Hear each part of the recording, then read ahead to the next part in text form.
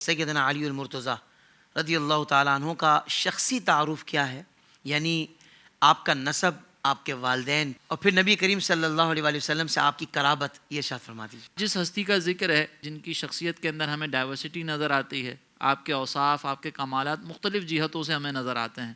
اگر میں ان کی بات کروں تو یہ نقش رسول بھی ہیں، زوج بطول بھی ہیں، اللہ، اسی طریقے سے یہ حیدر و صفدر بھی ہیں، فاتح خیبر بھی ہیں۔ کیا کہنے ہیں مفتی صاحب، یہ وہ شخصیت ہیں کہ جو اخی پیمبر بھی ہیں اور والد شبر بھی ہیں۔ سبحان اللہ۔ ان کی شخصیت کو اگر ہم دیکھیں تو یہ شیر خدا بھی ہیں، تاجدار اہل عطا بھی ہیں۔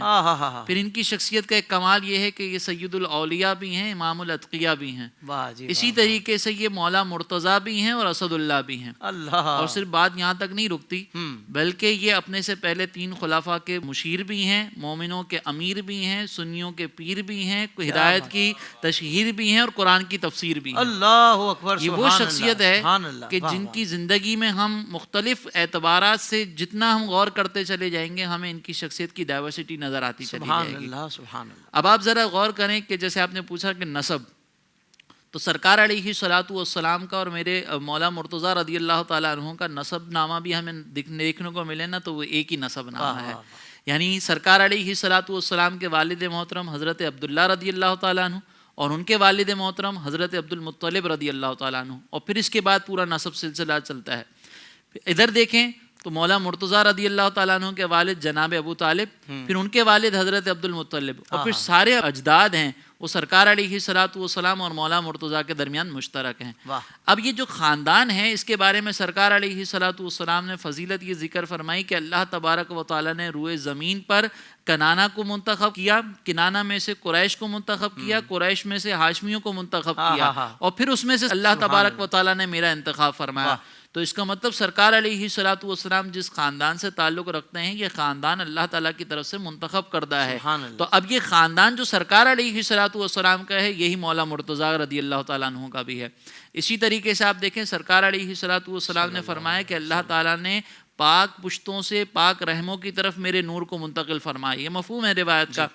اب یہ جو سرکار علیہ الصلوۃ والسلام کا نسب ہمیں نظر آتا ہے نا، اس میں سارے جتنے اجداد ہیں جناب عبد المطلب اور حضرت عبداللہ رضی اللہ تعالیٰ عنہ تک، سب کے سب وہ ہیں کہ جو پاکیزہ شخصیت کے حامل ہیں، جو اپنے دور کے اندر انتہائی زبردست فہم و فراست کے مالک تھے، اپنے دور کے اندر انتہائی اہمیت کے حامل تھے، اور یہی اجداد میرے مولا مرتضیٰ رضی اللہ تعالیٰ عنہ کے بھی ہیں۔ تو اس کا مطلب یہ ہوا کہ مولا مرتضیٰ رضی اللہ تعالیٰ عنہ کے بھی جو اجداد ہیں، ان میں ہمیں یہ کوالٹی نظر آتی ہے کہ وہ بھی اپنے دور کے اندر انتہائی اہمیت کے حامل تھے، وہ بھی اپنے دور کے اندر انتہائی کمال کے حامل تھے۔ پھر اسی طریقے سے آپ دیکھیں کہ یہ تو جناب سید المرتضیٰ رضی اللہ تعالیٰ عنہ کا جو سلسلہ تھا، یہ والد محترم کی طرف سے تھا۔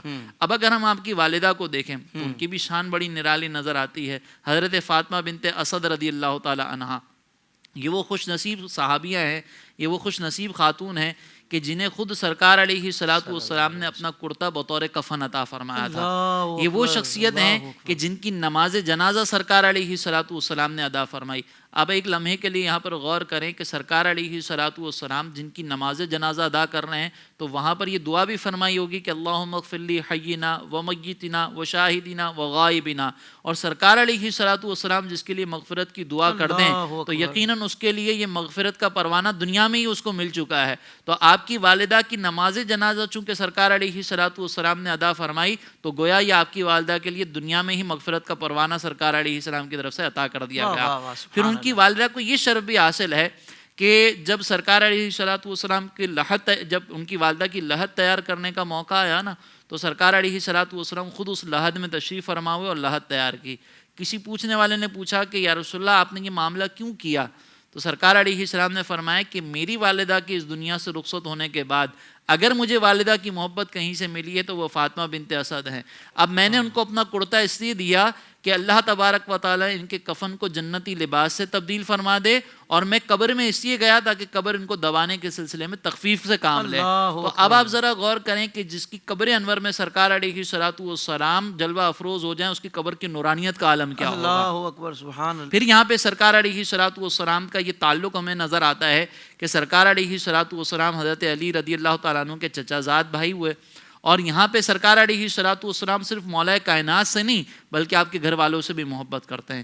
تو اب یہ جو رشتہ ہے اس کو مزید مضبوط کرنے کے لیے، اس تعلق کو مزید مضبوط کرنے کے لیے جان عالم نے اپنی جان مولا مرتضیٰ کے سپرد کر دی.